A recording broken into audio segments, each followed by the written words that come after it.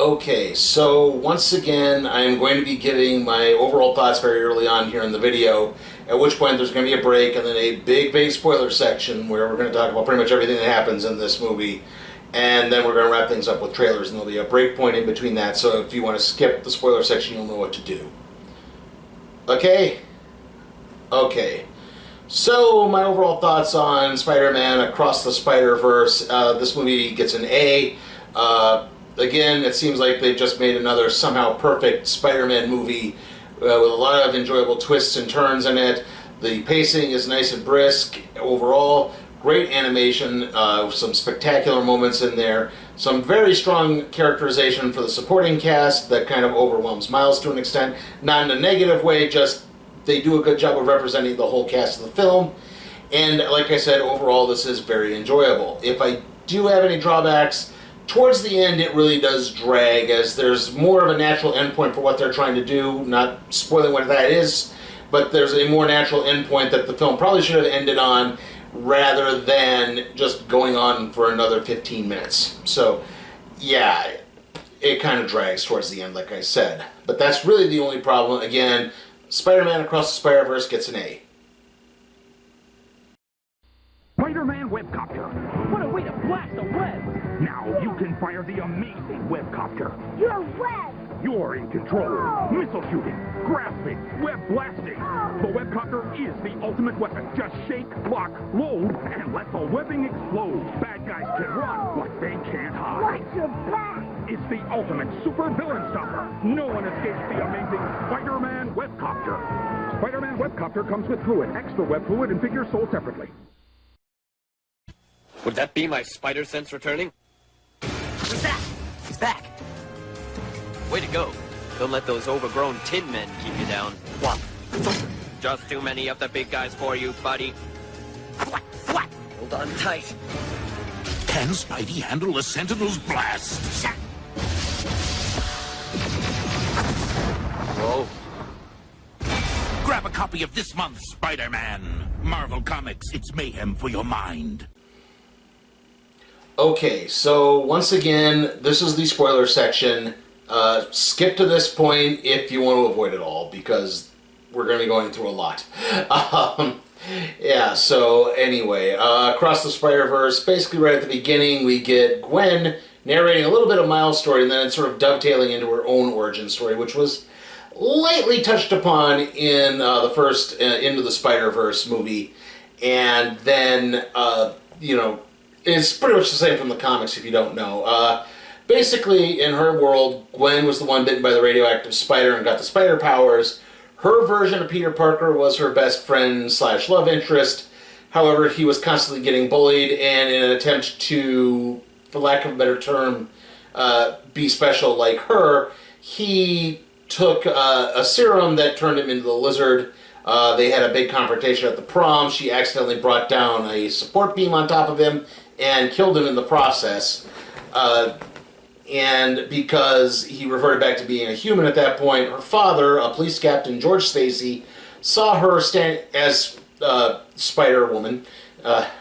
She's called Ghost Spider now in the comics, so you might hear me interchanging a lot of these. You're going to hear that. You might hear, so just so you know, I'm probably going to call her Gwen throughout most of it. But yeah, he saw her in her Spider-Woman costume and has now concluded that Spider-Woman has killed Peter Parker, who was a longtime family friend. Alright, so after that, we see her trying to avoid getting detected by her father on several occasions. She winds up encountering the Vulture at the Guggenheim. However, this is not her Vulture, rather it's a Vulture from a parallel universe where it's like the steampunk Vulture, basically, who talks like, you know, who has a love of Renaissance art and has this weird kind of papier-mâché style. Like, when we encounter all these different Spideys, they all have their own various animation styles to them. So, yeah. It's there that she encounters Spider-Man from 2099, that's Miguel O'Hara, and Jessica Drew, Spider-Woman, she's the pregnant one. And she sees them fighting, she kind of helps, and she commits just enough heroic act that they said, okay, if you want to bring, Miguel says, okay, if you want to bring her along, you bring her along. And in the process, her father discovers her identity, tries to arrest her, but she has no choice but to leave with the other two. We then kind of jump ahead back to Miles's universe, that's Earth 1610, where he's getting ready for a sort of college interview type thing here. Sorry. Okay, so yeah, we're back to Miles in Brooklyn. He's preparing for this college interview, and he gets distracted along the way by the sudden appearance of the Spot, who it turns out was created when Peter blew up the super collider, and it wound up imbuing him with all this kind of dark portal energy, so he can project these portals around, and it winds up wreaking a lot of havoc. He gets late for the interview, where again it turns out he's been skipping classes, and he's getting into a bit more trouble with his parents. And they, again, he wants to come out to them, but he's afraid what will happen if he does. So he's trying, obviously he's trying to balance all of that. As this is happening, he has another confrontation with the Spot. This leads to a big one, until the Spot accidentally trips himself up and falls into a portal. It's there that he realizes that he can concentrate all the portals into one energy, and he can create his own. He can basically travel from universe to universe, including he visits like a 1960s comic book universe. He visits one of the animated Spider-Verses. He visits the universe in Venom, and where he meets the convenience store clerk. I forget her name, but he meets the convenience store clerk. And as this is happening, so he hits on the idea, like, I could just go to the place where the collider was built, that was Alchemex, and I could just, use their colliders to imbue myself with more power. And this is what is creating the multiversal damage. And to that end, Gwen is sent to track him. However, she decides to get a little selfish and pays a visit to Miles. They have a swinging montage because they're love interests, but not actually love interests because they won't actually admit it. And this kind of gets witnessed, as this is happening, Miles has had a heated confrontation with his parents at a celebratory party where his father just got promoted to captain. This is important. And, she comes to visit, they leave. In the process, though, she leaves a sweater on his bed, and, they piece together that he's got something of a girlfriend. They haven't completely outed everything, but yeah. They piece together why Miles has been acting so distant. And when they come by and meet them later, they're not in their Spider uniforms, obviously. But, Miles' mother kind of gives a tacit, like, look, I know you got it for her. If you want to go be with her for now. We'll discuss discipline later. And so he goes and he tracks her and he sees her studying what the Spot has been doing and getting reamed because she wasn't supposed to be with Miles, and that Miles really can't be a part of this for some reason. And he winds up following her into the portal, which takes her to, I didn't quite get the Earth number, but it's Mumbai Hatton, where it's basically a Bollywood Spider-Man. There was a comic, Spider-Man India. I don't know how much of that is taken from this, but yeah. And he winds up being forced to work with Gwen and the Spider-Man of that world. I'm not going to try to pronounce his name. And it's here we also meet another friend, kind of, who is sort of inferred to maybe also have been a love interest, named Hobie, who is a British punk rock Spider-Man from his dimension.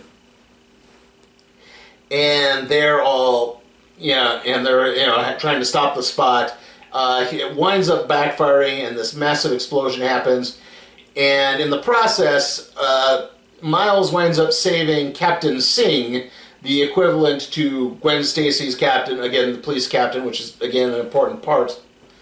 And this gets them in even more trouble, and finally, Jessica Drew arrives. He says, you gotta go, I'm gonna have to explain this to you. Peter is given a special bracelet so he doesn't glitch out in this world, and and basically, he's taken to Miguel O'Hara, who explains, look, because you created this multiverse, essentially, you and Doctor Strange in the mainstream Marvel Cinematic Universe, you created this big multiverse when that Super Colliders got turned on. You opened it, all those people fell, all the parallel Spider-Men fell through in the first movie. You didn't close it, you just made more universes, including mine.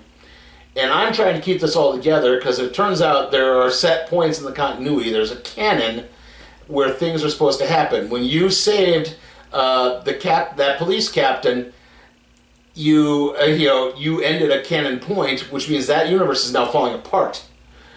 So and it's like that's why you can't be here right now. You're too much of an outlier and unpredictable.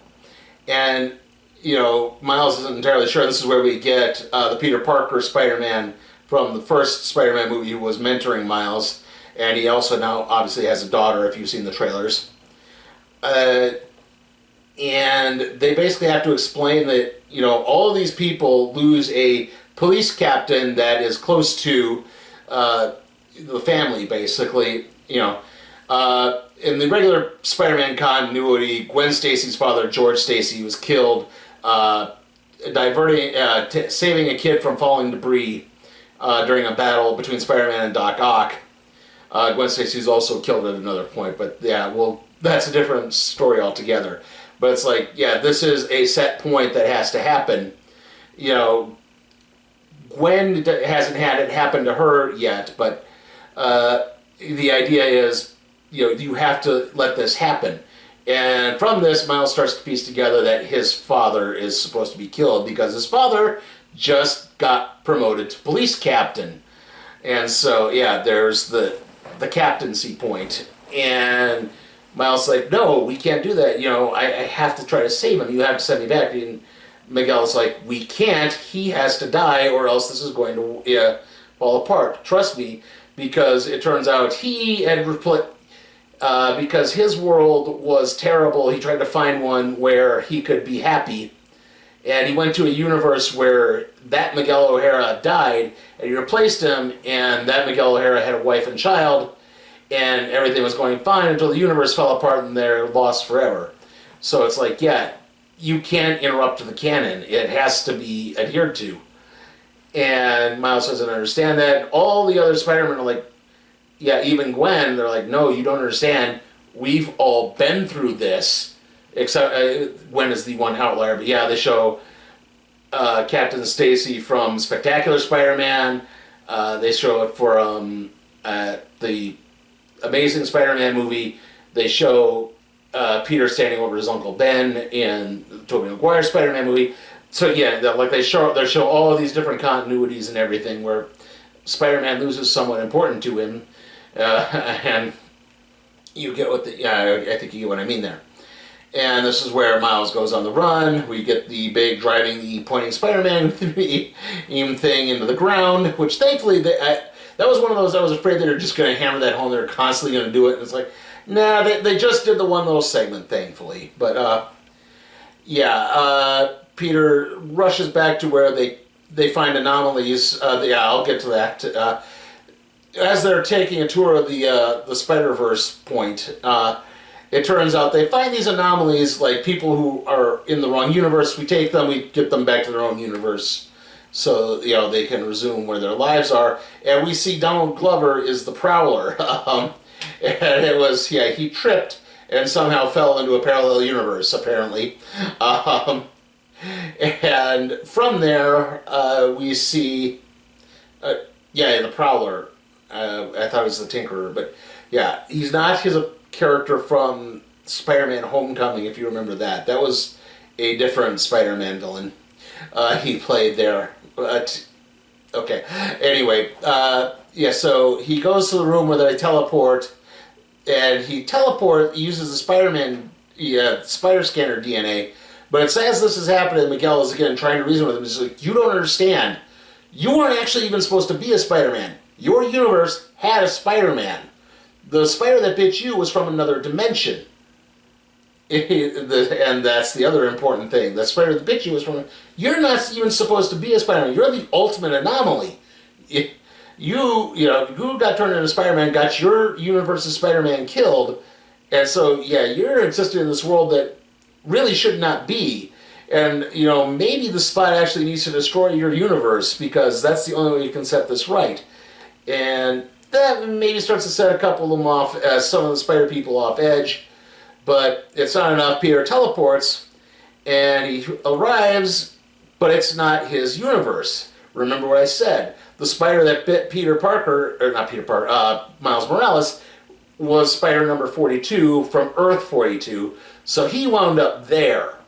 So everyone goes looking for him. Gwen, as punishment for getting Miles involved in all of this, gets sent back to her world, where she confronts her father, who reveals that he resigned his post because he doesn't want to arrest his daughter. He doesn't reveal her identity. So it turns out you can change the canon somewhat, because, now there isn't going to be a police captain, you're Gwen, who will die. So, yeah, it seems that has changed, and so she inspires her to go back, because Hobie, the punk rock Spider-Man, gave her a teleporter. He's like, yeah, I figured you were going to need this at some point, because, once, he was never really on board with Miguel. He was only there just to help people. And so once Miguel even mentioned the idea of, killing Miles and letting his universe die, Hobie booked it out. So Gwen gets it, teleports over to Earth 1610, except Miles isn't there. He's in Earth 42, because that's where the spider bit him was. And it turns out in Earth 42, Jeff, Miles' father, has been killed. His uncle Aaron, the Prowler, is still alive, but he's not the Prowler anymore. Instead, Miles is. And this gets found out. Prowler Miles knocks out Spider-Man Miles. Spider-Man Miles tries to explain everything, but Prowler Miles just doesn't care. Except the idea, again, that his father might still be alive in some other world. But as this is happening, Gwen confronts Miles' parents, doesn't out him completely as Spider-Man, but say, look, something's happening with him. I can bring him back, but you're going to have to trust me. She goes out, she gets Peter and May, that's Peter's daughter. So the Peter from the first movie, she gets Hobie, and she gets all the other Spider-Men from the first movie to basically unite, and they're going to free Miles, and they're going to save Miles, and take on Miguel and his army in Beyond the Spider-Verse. So that's basically it. No end credit scene. There's a mid-credit tag for, again, Beyond the Spider-Verse, but that's it. And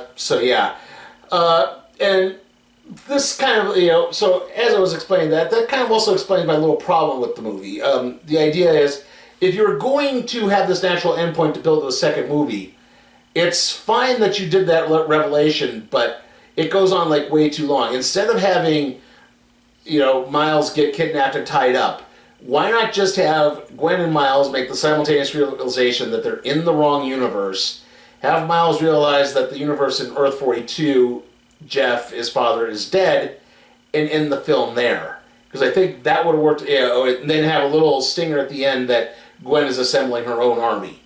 That would have worked, I think, a lot better than dragging the film out for another 15 minutes, which is what they did. It did get a little annoying towards the end. I'm like, okay, this should be ending right now. So, yeah, that's kind of why that was my one real problem with the movie. But other than that, it's, like I said, it's perfect. It's, again, it's maybe not 100%, but it's a 99%, which is, perfectly fine. It's still an A. It's still a movie you should go out and see. So, yeah, Across the Spider-Verse gets an A. Ha! Spider-Man! What's cracking, baby? Woo! Hey! Where you going, Spider-Man? Woo-hoo! Ha! You're getting the girl. Saving the day. Yeah! Go, Spider-Man! If you're into computer stuff, go to the one place that has it all, like Spider-Man the computer game. And now, get no-interest financing for 12 months on all desktop packages and notebook computers. Best Buy. Go ahead. Turn on the fun.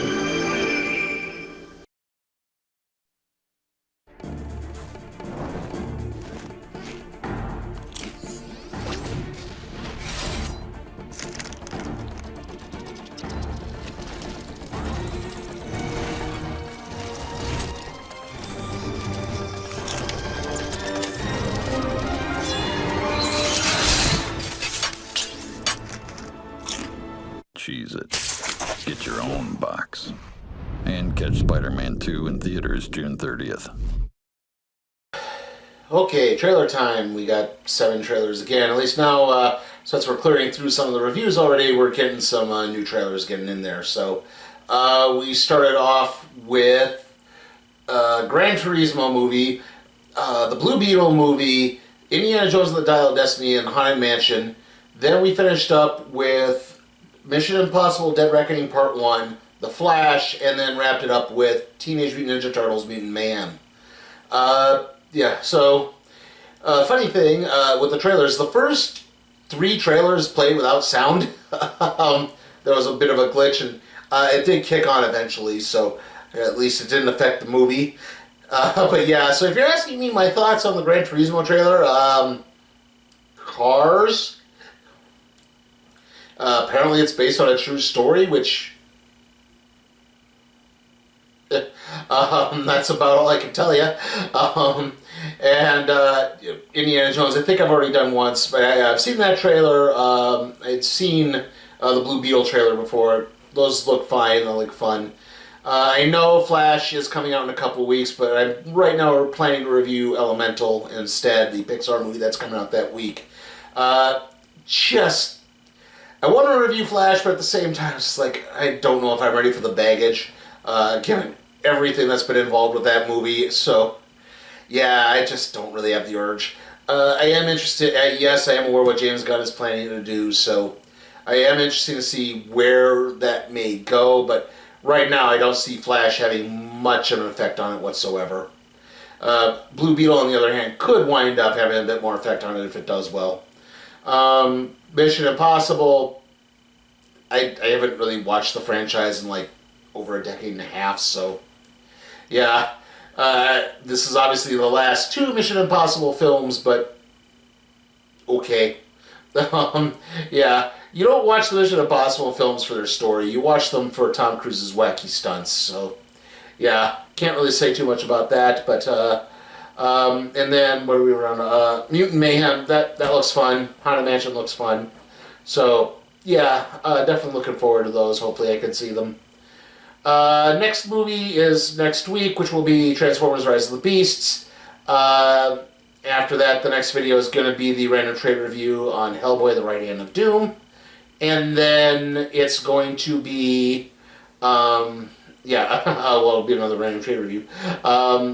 Then I think it's going to be Secret Invasion. I think I have an off week in between Elemental and Dial of Destiny. So yeah, it's going to be the first part of Secret Invasion, whichever, or how many episodes of that release. They're not doing, I don't think that's the one they're doing. I know they're doing it with Echo, but they're not, where they're putting all the episodes out at once, which probably is not a good sign in terms of streaming. But yeah. So yeah, I'd like to do, I mean, there'll be another wrestling review, obviously, but it's Impact Against All Odds, but yeah. And the premiere of AEW Collision, I'll cover that. After that, like I said, more of the Sleepy Cat wrestling I'd like to do at some point, but again, June's just kind of a busy month right now, so hopefully I can get something out. I'm not entirely sure. See you all next time.